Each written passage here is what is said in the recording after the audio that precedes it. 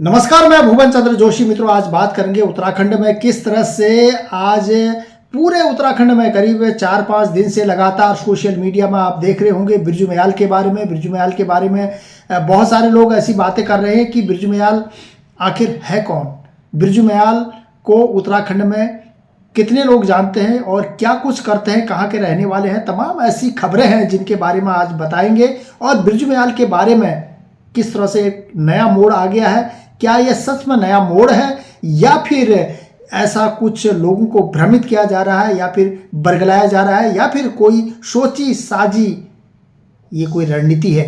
सबसे पहले बता दूं कि बिरजू मयाल उत्तराखंड के एक सोशल वर्कर है, न कि एक यूट्यूबर, क्योंकि फेसबुक से लगातार लोगों को डायरेक्ट उनके ऑफिस से दिखाते हैं जिससे जवाब सवाल करने होते हैं और साथ ही साथ समाज के लिए काम करते हैं। सामाजिक कार्यकर्ता है, जो भी जिस जगह पर कोई भी दिक्कत या कोई परेशानी होती है किसी भी समाज के लोगों को, बिरजू मयाल से अगर बोला जाता है, बिरजू मयाल उस ऑफिस में जाते हैं, उस डिपार्टमेंट के अंदर जाते हैं, वहां पर उन अधिकारियों से जवाब सवाल करते हैं और उनसे पूछते हैं कि आप कितने दिन के अंदर इस काम को कर देंगे। अगर उतने दिन के अंदर बिरजू मयाल के हिसाब से नहीं करेंगे तो बिरजू मयाल फिर दोबारा उनके पास पहुंचते हैं और उसको फिर सीधे फेसबुक के जरिए लोगों को दिखाते हैं।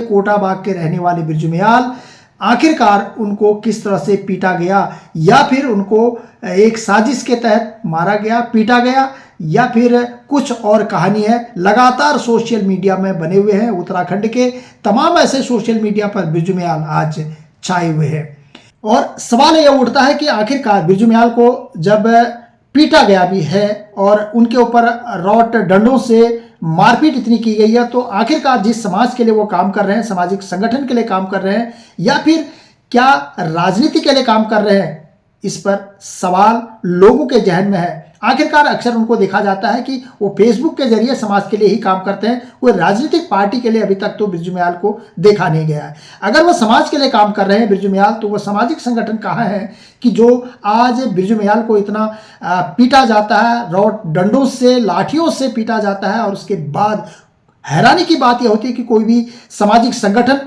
या फिर समाज का कोई भी तबका आगे नहीं आता है और नहीं कोई ऐसी बयानबाजी करता है बिरजू मयाल के लिए कि उनको गलत है, उनके साथ गलत हुआ। लेकिन सवाल उठता है कि क्या बिरजू मयाल ने जिस समाज के लिए काम कर रहे हैं, क्या वो सामाजिक संगठन क्या बिरजू मयाल को नहीं जानते हैं? क्या जिन लोगों के लिए बिरजू मयाल ने बड़े बड़े जगहों पर जाकर बड़े बड़े अधिकारियों से मिलकर उनका काम करते हैं, आप फेसबुक के जरिए उनको देखते हैं, तो क्या वो सामाजिक संगठन, क्या वो तबका बिरजू मयाल के साथ है? उन्होंने कोई धरना प्रदर्शन किया कि जिन लोगों ने बिरजू मयाल को मारा, क्या उनको लाठी डंडों से पीटा जिन लोगों ने, क्या उनको पकड़वाने के लिए पुलिस चौकी का घेराव किया? कोई भी सामाजिक संगठनों ने मुंह खोला? या फिर जो संस्कृति का संगठन वाले बंदे हैं, जो लोग कहते हैं कि हम संस्कृति से जुड़े हैं या सामाजिक कार्यकर्ता हैं, उन लोगों ने क्या बिरजू मयाल का साथ दिया? ये हैरान करने वाली बात है कि क्या बिरजू मयाल अगर समाज के लिए काम कर रहे हैं, बिरजू मयाल अगर किसी व्यक्ति के लिए या किसी संगठन के लिए भी काम कर रहे हैं, वो संगठन सामने क्यों नहीं आया? ये सबसे बड़ा आज का सवाल है। लेकिन बहरहाल बिरजू मयाल को जब रामनगर से लौट रहे थे तो एक मोड़ पर उनकी स्कूटी को टक्कर मार दी गई, ऐसा बताया जा रहा है। पहले ये कहा जा रहा था कि उनकी स्कूटी को टक्कर मार दिया और उसके बाद जब वो नीचे गिर गए थे उसके बाद 8 से 10 लोगों ने, 2 कार सवार थे, 2 कारों में लोग आए थे, 8 से 10, और उन्होंने बिरजू मयाल को लाठी डंडों से उनके हाथ पैर तोड़ दिए। और उसके बाद जब गाँव वालों ने उन्हें देखा और उसके बाद उनको ये लगा कि अब गाँव वाले आ रहे हैं, तो उसके बाद वहाँ से वो भाग निकले। जब 3-4 दिन तक लगातार सोशल मीडिया में ये खबरें छपती हैं, ये खबरें आती हैं, तो उसके बाद एक नया मोड़ आ जाता है कि जो लोग वहाँ पर जब पुलिस जांच करती है तो उसमें एक अनजान लोग वहाँ पर पहुँचते हैं और वो लोग कह देते हैं कि नहीं जी, ये तो बिरजू मयाल का जो एक्सीडेंट हुआ ये हमारी कार से हुआ है और एक्सीडेंट इसलिए हुआ था क्योंकि वो बिरजू मयाल रॉन्ग साइड से आ रहे थे, तो हमारी कार के शीशे से उनकी स्कूटी को टक्कर लगी जिसकी वजह से वो नीचे गिर गए और उनको चोटें आ गई।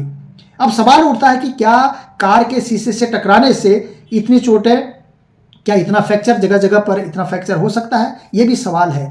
उसके बाद फिर उन्होंने कहा कि बिरजू मियाल रॉन्ग साइड से आ रहे थे, तो हमने उनको उठाने की कोशिश की, तो गांव वाले वहां से आए, तो गांव वालों को जैसे ही हमने देखा कि हमें हमारी पिटाई कर देंगे, तो वहां से हम निकल गए। और जिसकी वजह से कल हमने सोशल मीडिया पर देखा था और कि ये वही बंदा है जिसको हमने गाड़ी से टक्कर मारा था, तो हमने सोचा कि हमारे खिलाफ कहीं गलत बयान न दे दे और हमारे खिलाफ और कहीं केस न कर दे, तो इसकी वजह से हम थाने में आए। और थाने में आने के बाद हमने ये स्वीकार किया कि ये हमारी गाड़ी से एक्सीडेंट हुआ। यहाँ तक बात फिर पलट गई। अब पुलिस का ये कहना है कि बिरजू के खिलाफ जो है ये कार्रवाई की जाएगी, तो उन्होंने गलत बोला। अब सवाल उठता है कि क्या सामाजिक कार्यकर्ता होने के बावजूद भी इतनी जो खिचड़ी पकाई जा रही है उत्तराखंड में कि बिरजू मियाल को कोई कहता है कि मारने वाले, पुलिस वहाँ सीसीटीवी खंगाल रही है, पुलिस को कोई सुराग नहीं मिला। उसके बाद जो मारने वाले बंदे हैं, जो लोग मारने वाले थे, वो कहते हैं कि जी हमारी गाड़ी से टक्कर होगी। आखिर ये सवाल कहाँ उठता है? उसके बाद फिर पुलिस ये कहती है कि बिरजू ने भी अपना बयान बदला। तो ये पूरी जो एक समीकरण है, जो बिरजू मियाल पर जो हमले की जो बातें उत्तराखंड में पूरी फैली है, ये एक शक के दायरे में अब आ गई हैं। तो तमाम ऐसे अलग अलग अखबार इस पर अपनी सुर्खियां दे रहे हैं। क्या कहते हैं जो अमर उजाला है उत्तराखंड का अखबार, वो अखबार क्या कहता है उसके बारे में आपको मैं बताता हूँ। अखबार क्या कहता है, अमर उजाला अखबार है, उसने क्या लिखा अपने ब्लॉग पर? उसने लिखा है कि ब्लॉगर बिरजू मियाल पर हुए हमले, जानलेवा हमले के सामने एक नया मोड़ आ गया है। पुलिस ने कार सवारों की तहरीर के आधार पर बिरजू के खिलाफ विभिन्न धाराओं में केस दर्ज किया है। कोटाबाग निवासी बिरजू मियाल सोमवार शाम को स्कूटी से काशीपुर आ रहे थे।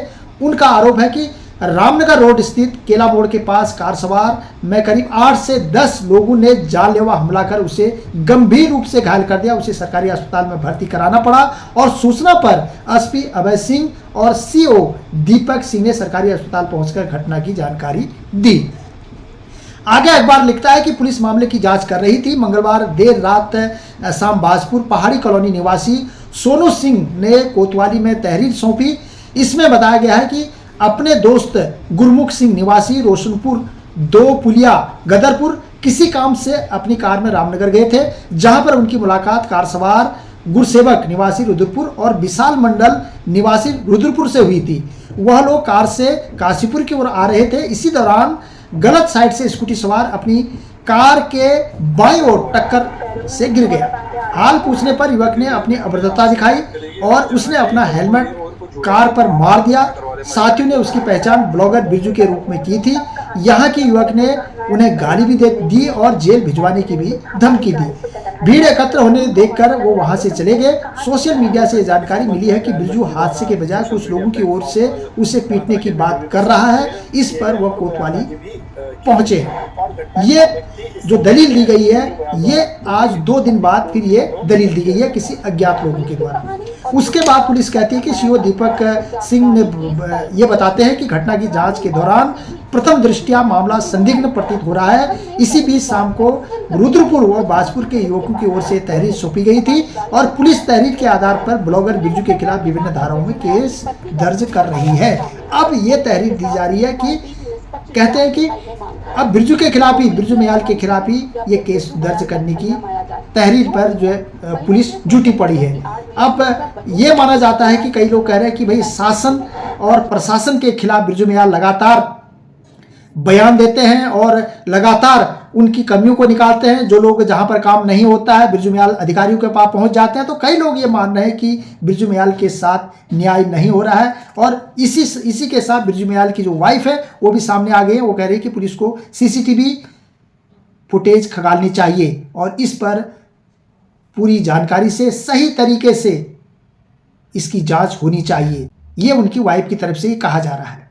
अब आगे फिर एक स्टेटमेंट अभी और आई है कि इसमें यह कहा गया है कि बिरजू मियाल की अब हालात स्थिर है, बिरजू मियाल अब ठीक ठाक है और हो सकता है कि 2 से 3 दिन के अंदर उनको छुट्टी मिल जाए। अगर ये वीडियो आपको अच्छी लगती है, इस पर कोई कमेंट्स देना है तो आप नीचे लिखे, इस पर मेरे को कमेंट्स दे सकते हैं।